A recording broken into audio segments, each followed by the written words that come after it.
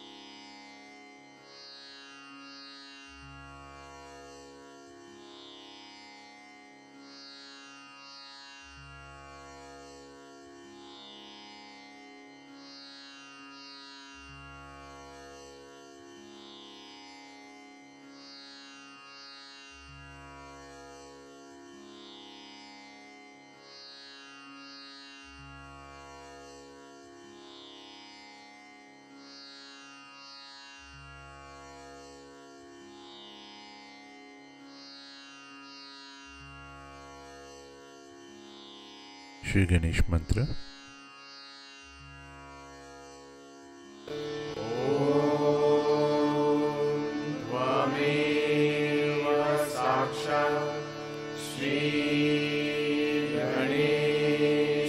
साक्षात् श्री आदिशक्ति माताजी श्री निर्मला देवे नमो नमः।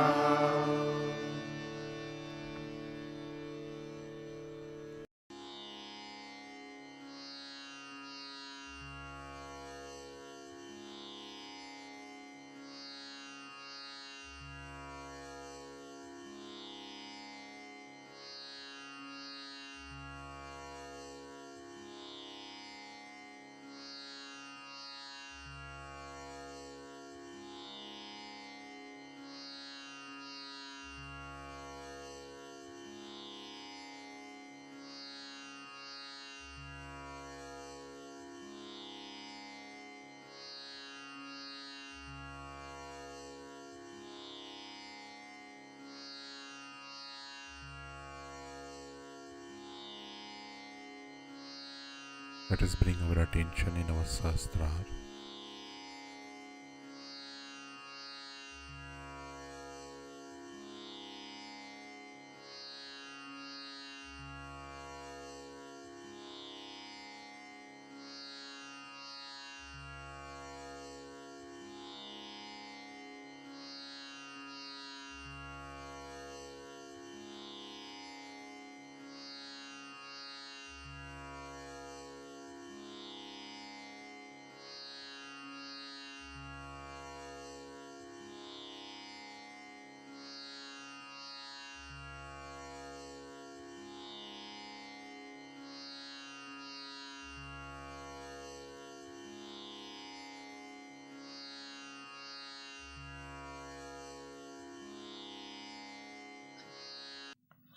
Today we have assembled here to do puja to Buddha. As you know, Buddha was a son of a king, and one day he was shocked to see a very poor man, thin man walking on the street, very unhappy person.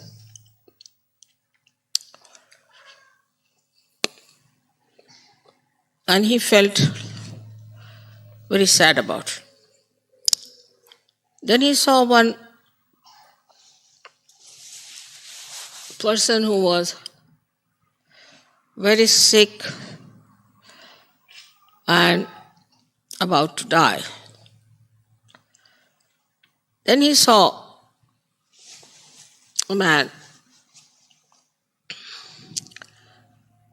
who was dead, and people were carrying him to the cremation ground. This all upset him very much. And he started thinking about it and seeking what is the reason for all these happenings in human beings. Firstly, why do they become so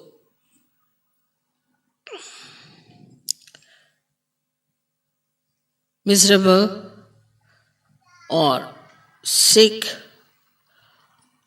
or why do they die so miserably?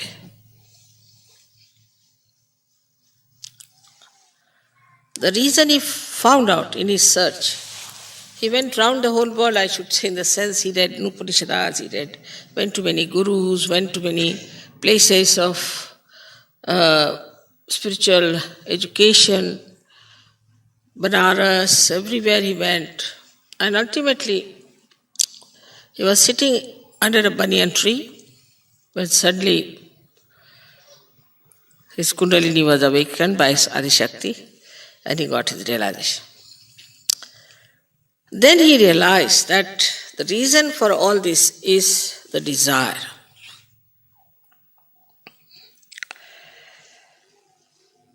In Sahaja Yoga, we have now understood that all other desires are not pure desires.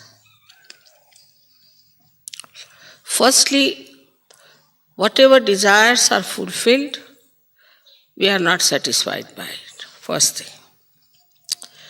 And secondly, all these desires have a repercussion.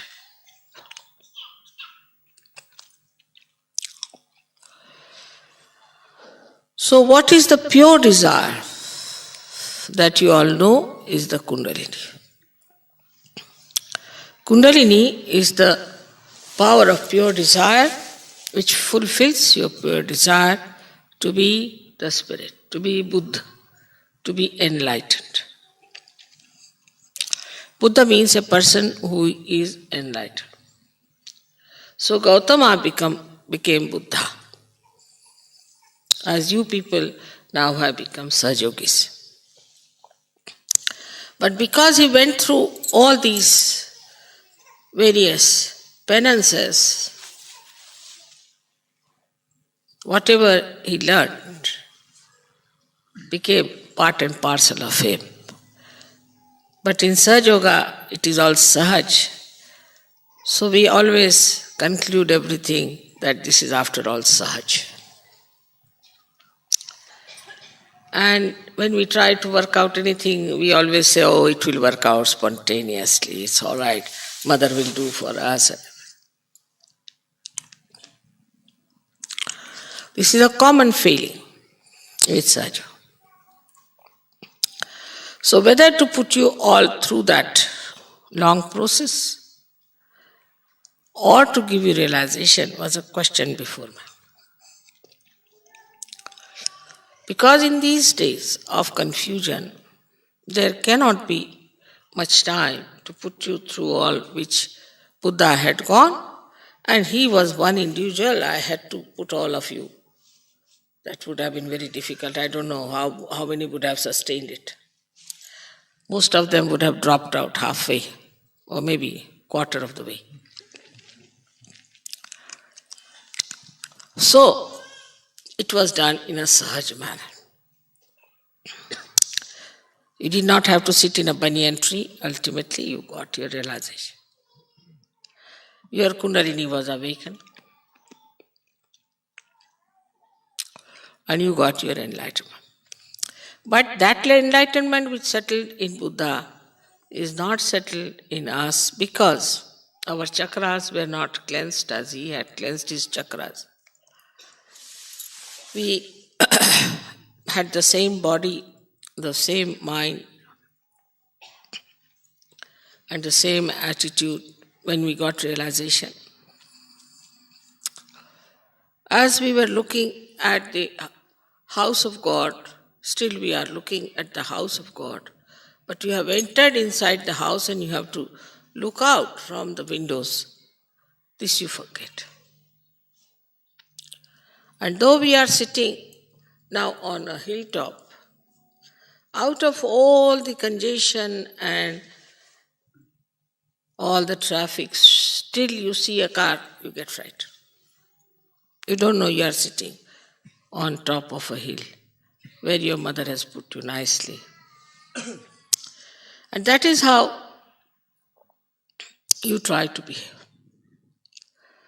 When I get reports about Sahajogis, I'm quite amazed that they do not know that they are realized souls now. That's why Buddha talked of desirelessness. It's not possible before realization. Even after realization, I find it's difficult. Some sort of a subtle desire exists, and where you have to work it out, we do not work it out saying that our ego will be catching. So wherever it suits us, we work that way. Wherever it suits, we work this way.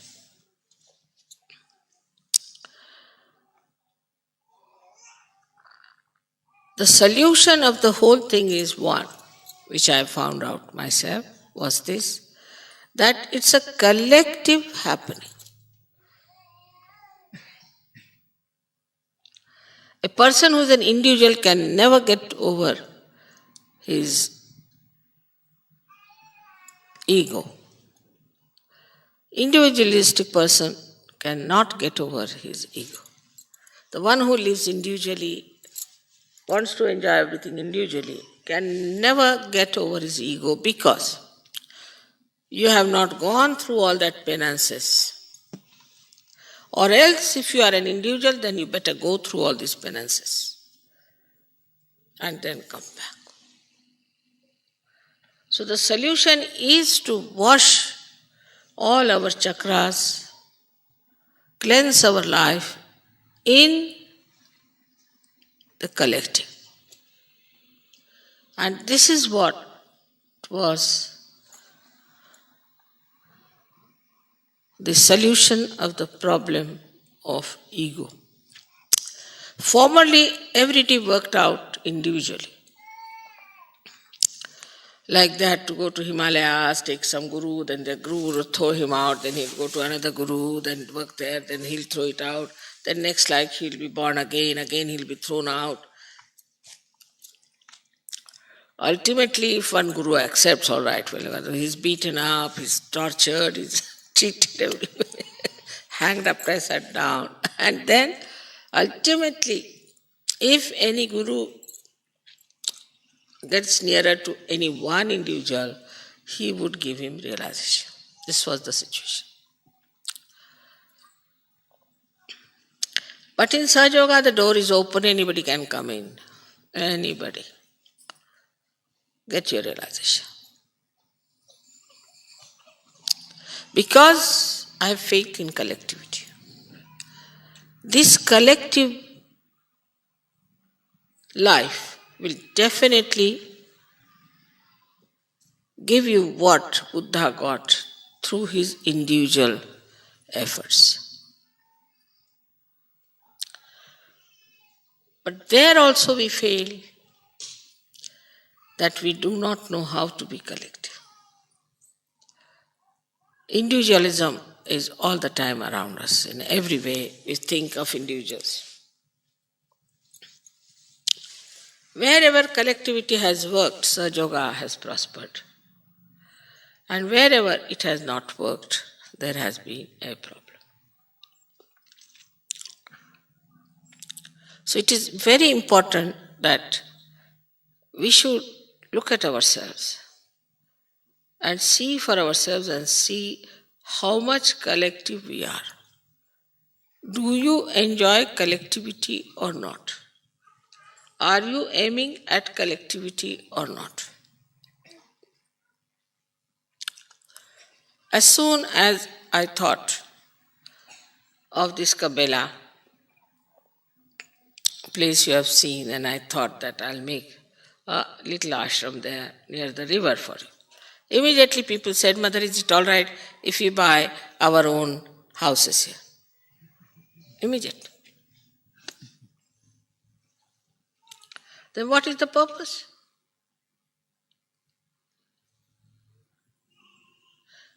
And then they will call me, Mother, please come to my house for dinner. Please come to my little house for some tea. I'm not interested.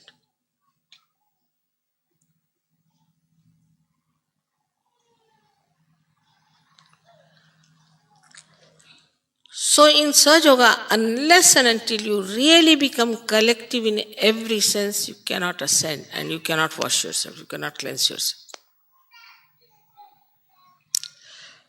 This point he did not say, but in a way he did say, because he has said, Buddham Sharanam Gacchami. First, I surrender myself to my self-realization. Then he said, Dhammam Sharanam Gacchami, means the dharma in me, I myself surrender to that dharma. That is spirituality.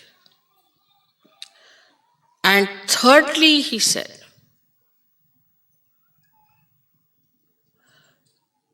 Sangam Sharanam Gacchami.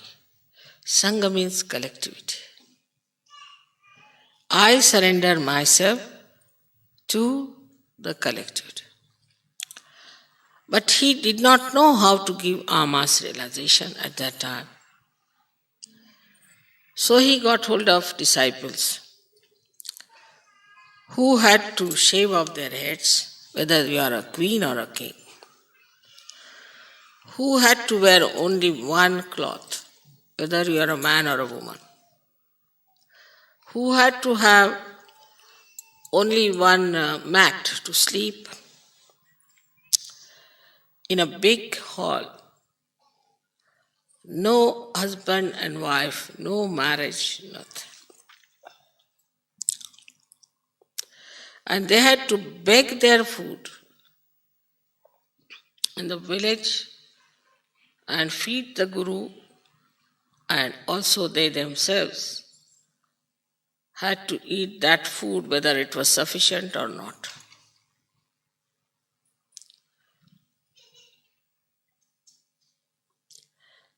That is not in Sahaja Yoga. Everything is enjoyable in Sahaja Yoga from the very beginning. And you are supposed to be absolutely joyous people in Sahaja Yoga. That is there. But the joy of the collectivity, if you do not know how to enjoy, then you cannot ascend.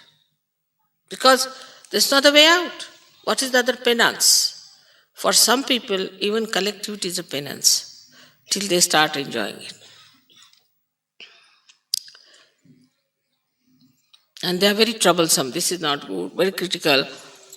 Some of them stay in the ashram and criticize everything all the time. This is not good, I don't like this, I don't like that.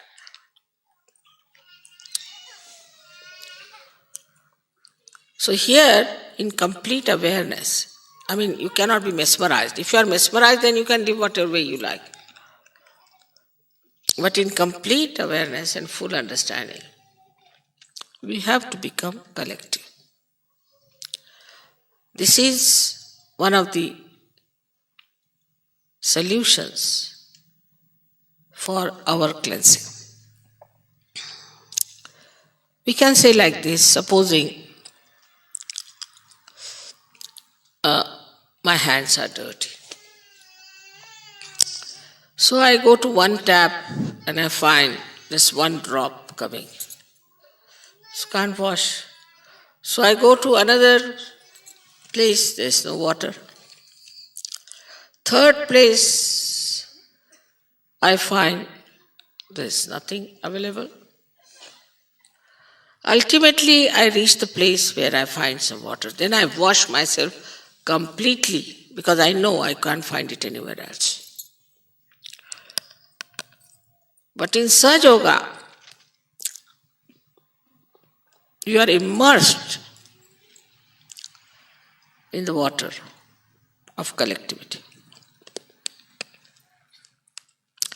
If you enjoy this collectivity and can swim in that, then there is no problem.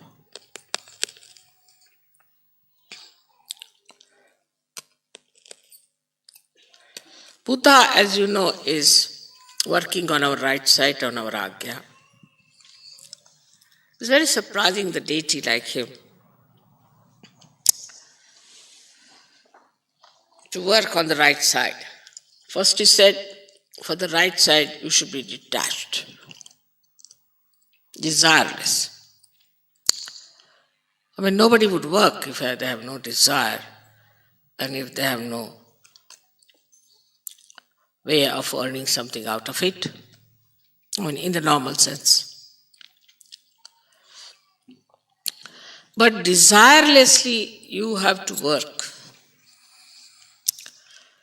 Then only the right side can be conquered.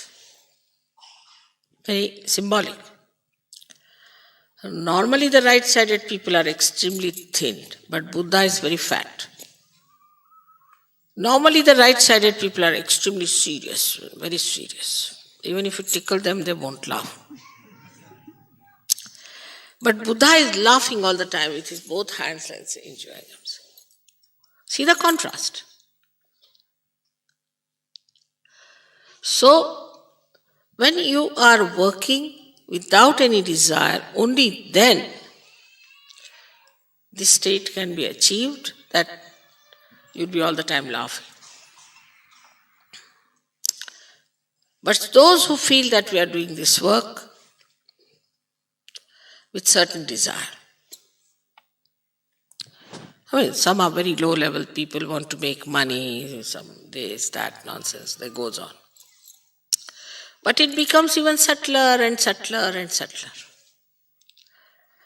As you become subtler, the desires start becoming subtler and subtler and subtler. And if you are not careful, it just comes up.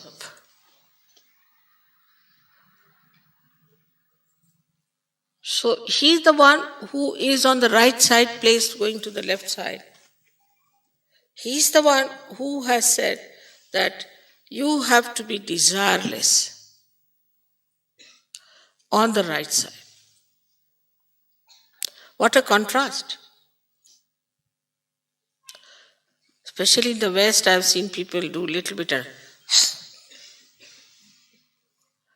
What have they done? I lifted that spoon. With the spoon they sit And they are surprised to see me that I am not tired. But I don't do anything. I have no desires. Actually, I never do anything. I'm just nishkriya. I'm just doing nothing.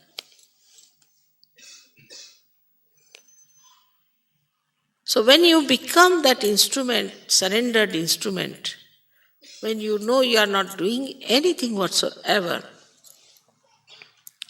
then on the right side, you achieve mastery. How you achieve mastery? You don't do anything, all right? You go to any shop and you get a jackpot without doing anything. You do not desire anything. And suddenly you find, which you have never even thought of is before you, there sits there, available for you. Just have it.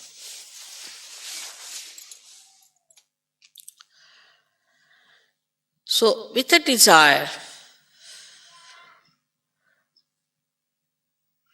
to achieve something when you work out, it also has a reaction.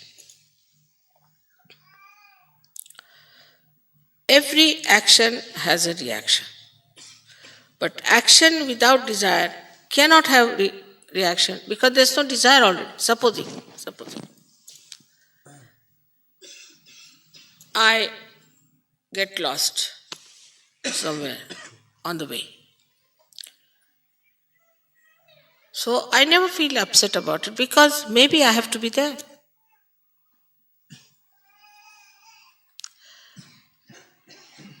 Supposing I want to I have to buy some, say, like a castle, take it like that. So people I have to buy, you see, that's different than desiring. I mean, it also came in my neck suddenly. I just said that I have to live in Italy, so must buy a house. They showed me a castle. And this turned out to be no good. All right, doesn't matter. Then the second one, everybody got attached. You must buy this at any cost, this thing. I somehow didn't like the place very much, but I said, all right, let their desire be fulfilled. It so happened that they were all uprooted and they had to buy another one which they didn't want to buy. And I was very happy about it because I didn't desire anything. And it turned out to be the best. The reason is whatever is best happens to me.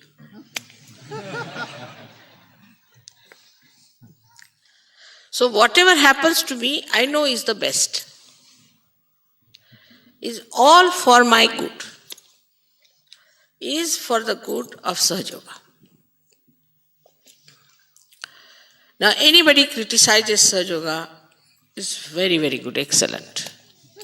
Like in India, first of all, there was a magazine where Rajneesh used someone to speak against me. But that lady had stolen some of my photographs and had given the photographs as well. And everybody in my family was so angry, my brothers, my husband, they wanted to sue the paper. I said, I don't like this idea of suing the paper or anything. So when we had the first program in Delhi, it was so overcrowded that I could not even take my car inside. So the outside also was filled.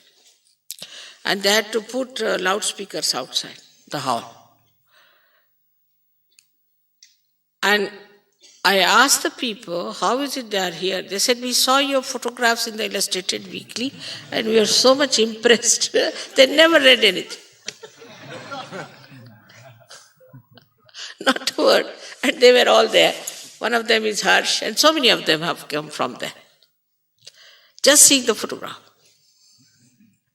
So if she had stolen the photograph, it was for our good. And normally we would have paid a lot of money to publish something. Without paying any money, it was there. And then these people, you see, my family people, they saw that this magazine was closed for 6 months and they had to go into a terrible loss. I didn't desire that either.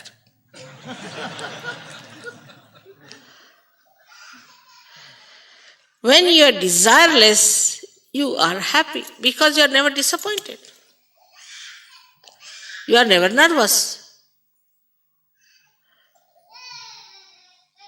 So, to be desireless doesn't mean that you become something absurd or ascetic or anything like that. But not to expect something. If I do like this, then this will happen. If I do like this, that will. Not to worry. Do what you want to do. One thing you should know, that nothing bad can happen to you. And something bad is happening, that's something wrong. I'll tell you another thing. This time, first time I fell down a little bit, not much. So they said you can't go out of the house at all, you cannot move out because it's raining and you will develop arthritis. I can never develop anything like that, but doesn't matter. So I was made to stay in the house and I wrote this book in that. It was nice, I fell down. Otherwise, they would have said, come here, come. All my family was there for a holiday. Thank God. I got these 4 or 5 days, I wrote this book. So make the best of all disappointments. If there is a disappointment, just smile at it. I know for it is for your good to discover something new, to find out something better. But the conditioning is so strong. That's why I say be in the collective. Now, for example, we have Indians, we have got French, we have this, that, and all that. All their conditions are around them. Still. For Indians must have Indian food wherever they go. It's a very difficult situation. That way you people are better. You eat every sort of, even you eat wretched Indian food. I don't like very much Indian food myself. It's not very nourishing. It's more tasty, but not nourishing. But you don't mind eating any food whatsoever. That's a good thing about it. But your desires are another, little different, which you know very well. I need not tell you.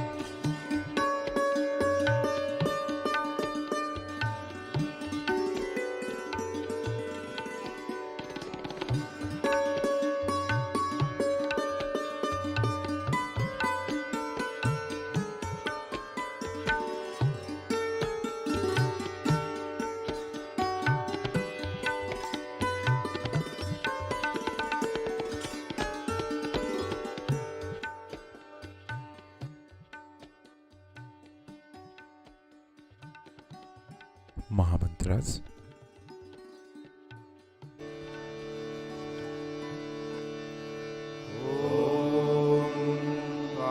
त्वमेव साक्षात् श्री महालक्ष्मी महासरस्वती महाकाली त्रिगुणात्मिका कुण्डलिनी साक्षात् श्री आदिशक्ति माताजी श्री निर्मला देव्यै नमो नमः।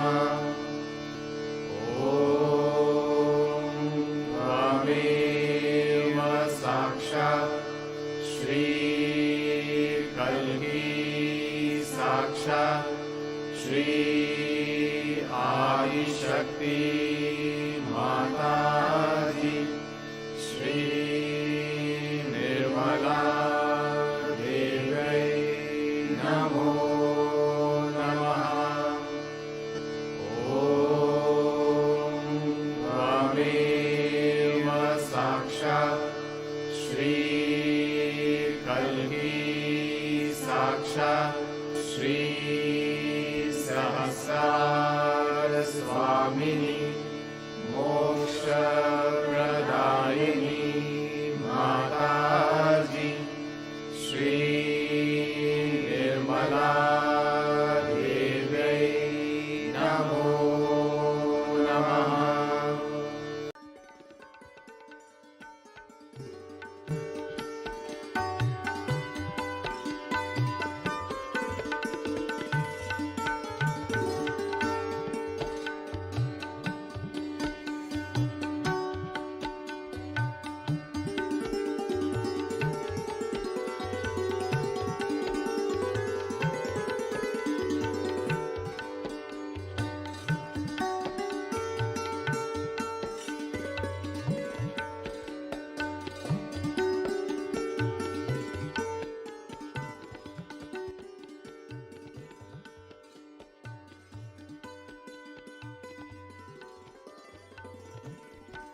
We thank you, Shri Mataji, for this beautiful meditation and all the blessings. Let us all bow down to Shri Mataji, raise our Mother Kundalini, and give ourselves a bandhan.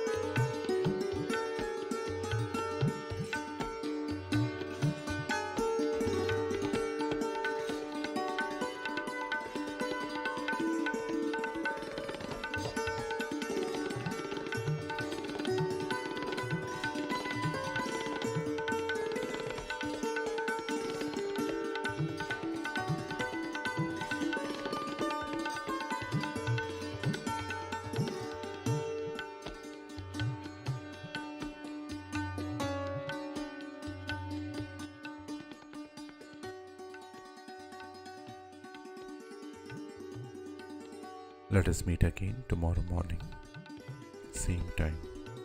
Jai Shri Mataji.